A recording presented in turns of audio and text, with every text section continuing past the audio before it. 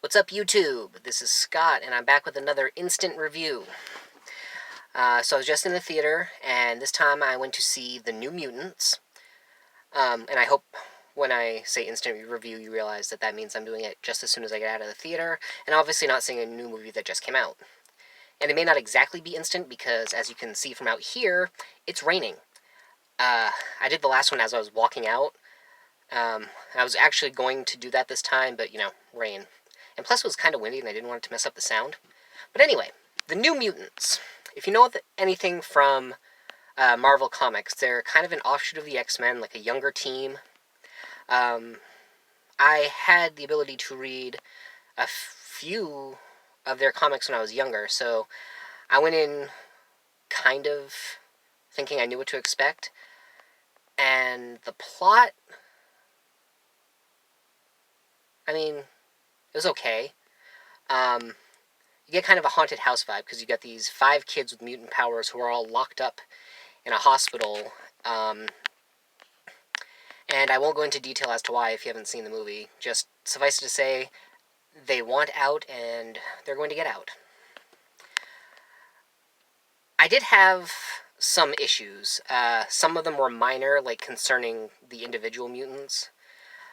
For example, Sam Guthrie, who's known as Cannonball for his ability to literally blast off from a standing position and fly around at high speeds, he spends most of the movie with a cast on his arm, because apparently he's not good at landing once he's blasted off, and they think he's trying to hurt himself. And that didn't really mesh with me, because in the comics, blasting off is what makes him invulnerable. Like, when he's blasting around, he can't actually be hurt.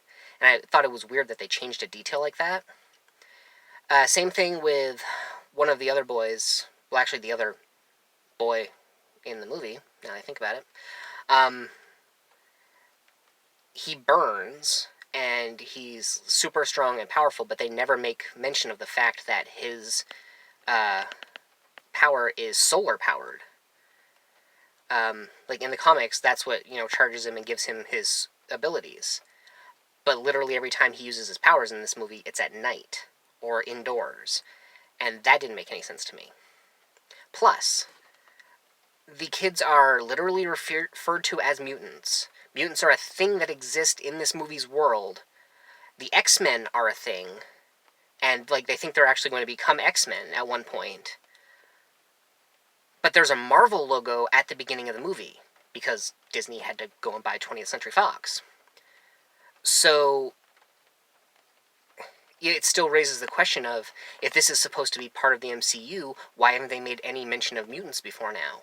That still is something that needs to be resolved, especially if they're going to go forward and make more X-Men movies. They got to figure that out.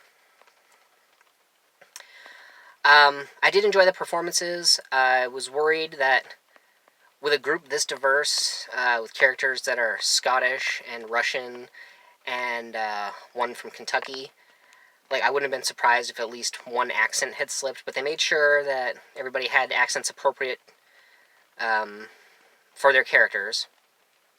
Except, again, for that one boy who's actually supposed to be Brazilian, but sounded pretty American to me.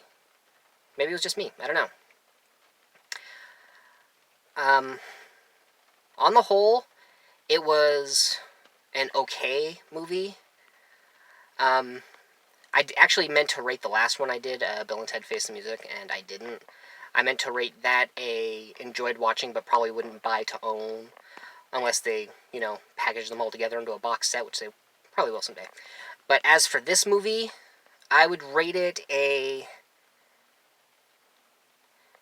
gave me some nostalgia, even though I nitpicked at the details. On the whole, may not watch again, despite the entertainment.